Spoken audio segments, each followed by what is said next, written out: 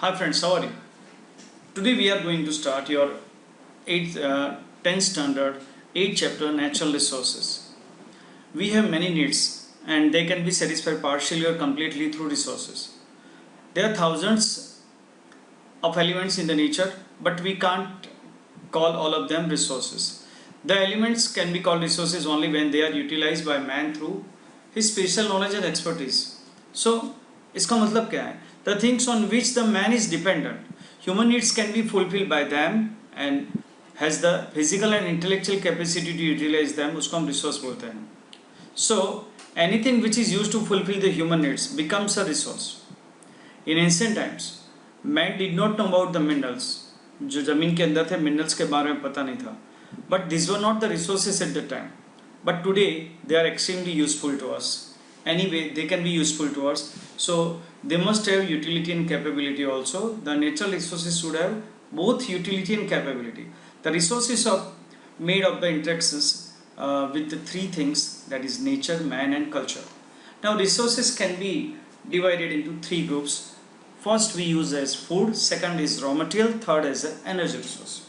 So some resources we are eating, means fruits directly we are getting from the plants, crops also we are getting from the farm, then milk and its products and meat we are getting from the domestic animals, fish and other aquatic animals also we are getting from reservoirs, honey prepared by honeybees we are getting from the forest.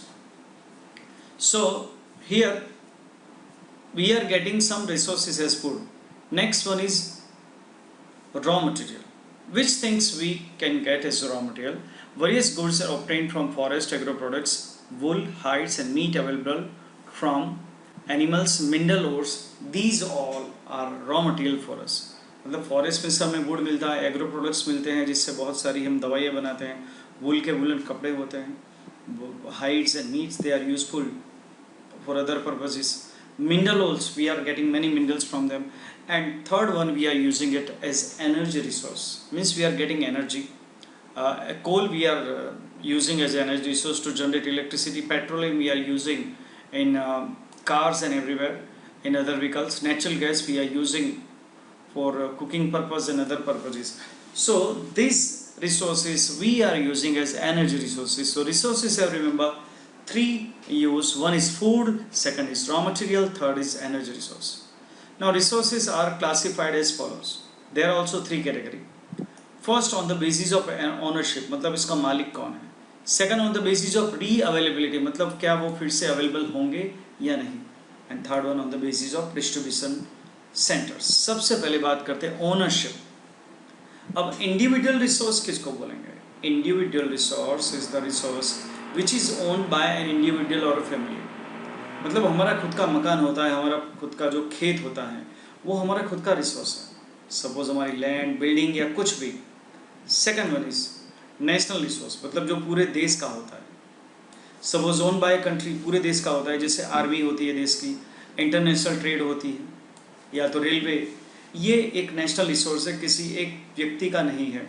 Global resource, ये वो resource है जो सबका होता है, मतलब पूरे world का. ऑल फिजिकल और non physical resource which are use for human welfare, मतलब जो भी ह्यूमन के लिए हम यूज़ कर सकते हैं.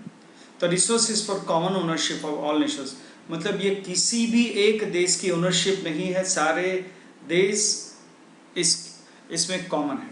मतलब सारे देश के इसमें सारे देश की ओनरशिप है इसमें. जैसे आप मून पे जाने की बात करते हो, इंटरनेशनल स्पेस में जाने की बात करते हो, तो दिस आर रिसोर्सेज.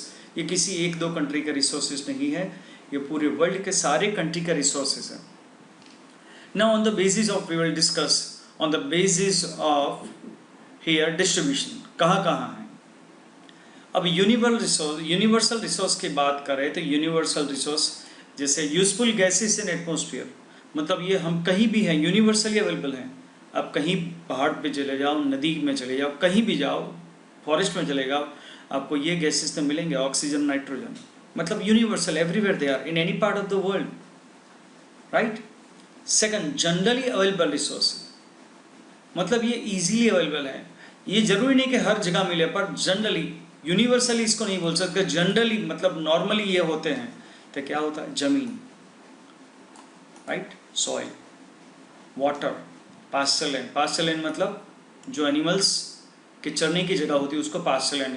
ये हर जगह नहीं होता, लेकिन नॉर्मली हर देश में होता है, हर स्टेट में होता है। रेयर रिसोर्सेस, पहले जो पूरी वर्ल्ड में अवेलेबल हैं, दूसरा जनरली अवेलेबल है, तीसरे रेयर रिसोर्सेस ये बहुत कम जगह पे मिलते हैं, हर जगह पे नहीं मिलते। तो कोल, पेट्रोलियम, कॉपर, गोल्ड, यूरेनियम, मतलब हर कंट्री में नहीं, मतलब कुछ कंट्रीज में, कुछ स्टेट में मिलते हैं। अब लास्ट वन, सॉलिटरी रिसोर्सेज, मतलब ये सिर्फ एक जगह या तो दो जगह पे मिलता है दुनिया में। तो क्रायोलेट एक ऐसी मिनरल है जो सिर्फ और सिर्फ ग्रीनलैंड में अवेलेबल है, दुनिया के किसी देश में अवेलेबल नहीं है।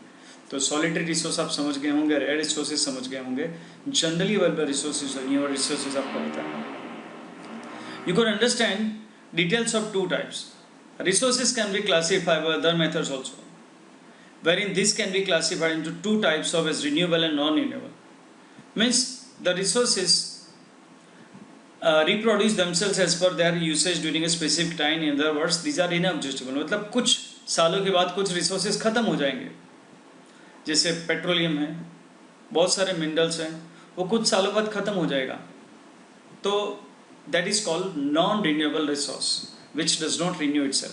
अब सोलर इंसोलेशन मतलब solar, sunlight, wind, birds, animals, ये सब bio resources, these all fall in, they remain always,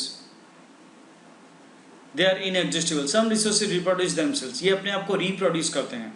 जैसे सोलर, सनलाइट हमेशा होती है, wind, birds reproduce, animals reproduce, so they are always available. These are called renewable resources. Non-renewable resources are those which cannot be reused, मतलब एक बार खत्म हो जाने के बाद वो हमको कभी नहीं मिलेंगे फ्यूचर में। तो मिनरल हैं, कोल है, नेचुरल गैस है, पेट्रोलियम है, ये इस कैटेगरी में आते हैं। ओके, अब हम बात करिए रिसोर्सेज को हमें किस तरह यूज़ करना है।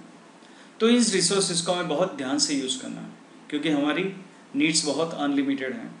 और during last 100 years, usage of the resources has increased by very much due to extraordinary development in science and technology and due to population explosion. क्योंकि population बढ़ती जा रही है तो हमें इनका बहुत यूज़ करना पड़ता है। Severe implications will have to be experienced in future if a serious thought is not given. अगर इसको हमने ध्यान नहीं रखा तो इसके परिणाम बहुत खराब आ सकते हैं। So it is the duty of all of us to conserve resources. Future generations के लिए भी ये रिसोर्सेज रखना जवाबदारी हमारी है। So resources should be conserved and should be used rationally. The word conservation is directly related to the scarcity of resources. If the resources are exploited the current rate where they are exploited, अगर अभी हम जो resources जिस तरह से use कर रहे हैं अगर वैसे ही हम यूज़ करते रहेंगे तो it will be a dream to maintain the development. तब हम ये करंट लाइफस्टाइल या हम ये स्पीड हमारे डेवलपमेंट की हम जारी नहीं रख पाएंगे। And includes things like its rational usage, its conservation and usage. When there is a danger of existence on the life of a tree और human life, the arrangement made for it is called its conservation. अगर किसी को कहीं खतरा है तो उसके लिए, उसको बचाने के लिए हम जो अरेंजमेंट करते हैं उसको हम कंजर्वेशन बोलते हैं। तो हमें किस तरह से इन रिसोर्सेज का यूज़ करना चाहिए? सबसे पहले we have to get information about that, this resources, कि ये अवेलेबिलिटी भी है इसकी यूटिलाइजेशन के लिए और नहीं। दूसरा, the resources which are limited, जो रिसोर्सेज बहुत कम है या नॉन रिन्यूएबल हैं उसको हमें साइंटिफिकली और उसको हमें बहुत ध्यान से, मतलब जुडिशियसली उसको हमें यूज़ करना पड़ेगा। Attempt should be made to develop this resources the quantity of which can be increased. हमें कुछ ऐसी कोशिश करनी चाहिए ताकि इनकी क्वांटिटी बढ़ा सकें। The resources which are cheaper, जो सस्ते हैं और इजीली अवेलेबल हैं, उसको भी हमें वेस्ट नहीं करना है, पर उसको हमें, जैसे पानी बहुत चीप है और इजीली अवेलेबल है इसलिए हम उसका ज़्यादा ध्यान नहीं देते, लेकिन वो हमें फ्यूचर में प्रॉब्लम क्रिएट कर सकता है। Those resources which are in limited quantity, जो लिमिटेड क्वांटिटी है उसको कंजर्व करना है। Finding its alternative option through technical development is favourable in long term. Necessary laws should be form for the conservation of resources and should be enforced strictly. Citizens should be well acquainted with all facts associated with the rational usage of resources. Soil information. Generally, the part of the surface of the earth wherein, अब ये part हमें ये सिखाता है कि soil मतलब जमीन कैसे बनती है. Generally the part of the surface of the earth where the vegetation grows, मतलब जिस हिस्से में वेजिटेशन ग्रो होता है या तो हम अपने मकान बनाते हैं, इस सॉइल, ये सॉइल का थीन लेयर होता है और उसमें मिनरल्स होते हैं, उसमें ह्यूमिडिटी होती है, humus and air is there. So the parental rocks lie below the soil, और इसके नीचे बहुत बड़ा जो पेरेंटल रॉक होता है, soil is form due to material available through denudation. अब आपको बताइए जो बिग सॉइल, ये जो पेरेंटल रॉक मतलब बहुत बड़ा रॉक होता है, वो रॉक को डिन्यूडेट होते ही ये ज़मीन बनती है. अब रॉक का डिन्यूडेशन मतलब रॉक टूटता किस तरह है, तो रॉक इस तरह से टूटता है जैसे रॉक के ऊपर बहुत ज़्यादा बारिश होती है तो वो कुछ हिस्सा उसका घिस जाता है, सनलाइट की वजह से उसमें क्रैक्स आ जाती है तो वो टूट जाता है. तो बड़े बड़े रॉक ऐसे छोटे छोटे ग्रेन्यूल्स में डिवाइड हो जाते हैं. बायोटिक रेमेनेंट्स मतलब बायोटिक जो डेड बॉडीज होती हैं एनिमल्स की, बर्ड्स की, वो सब इसमें सॉइल में मिक्स हो जाती थी. Humidity and air get mixed up.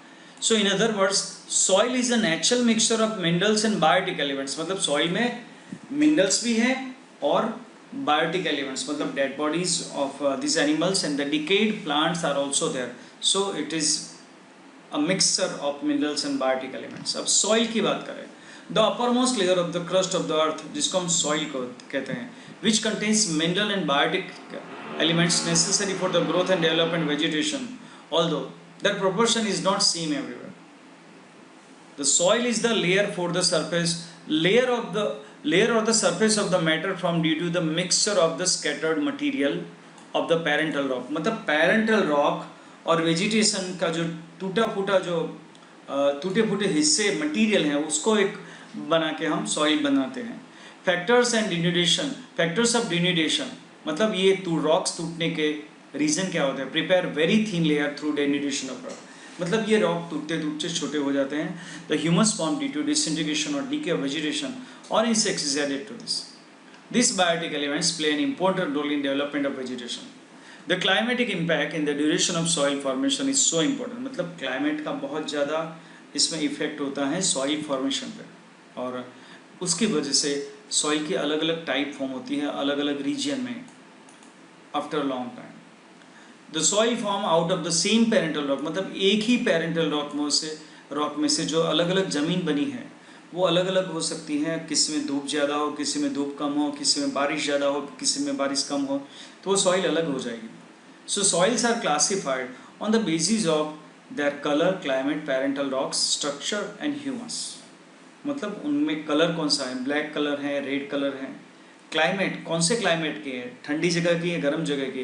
Parental rock कैसा था, उसका स्ट्रक्चर कैसा था, उसका ह्यूमस कैसा है. तो this is all I wanted to discuss in the first part of your chapter number 8, the natural resources. So in the second part we'll discuss the types of soil. Thank you very much. We'll meet in the second part of this chapter, natural resources.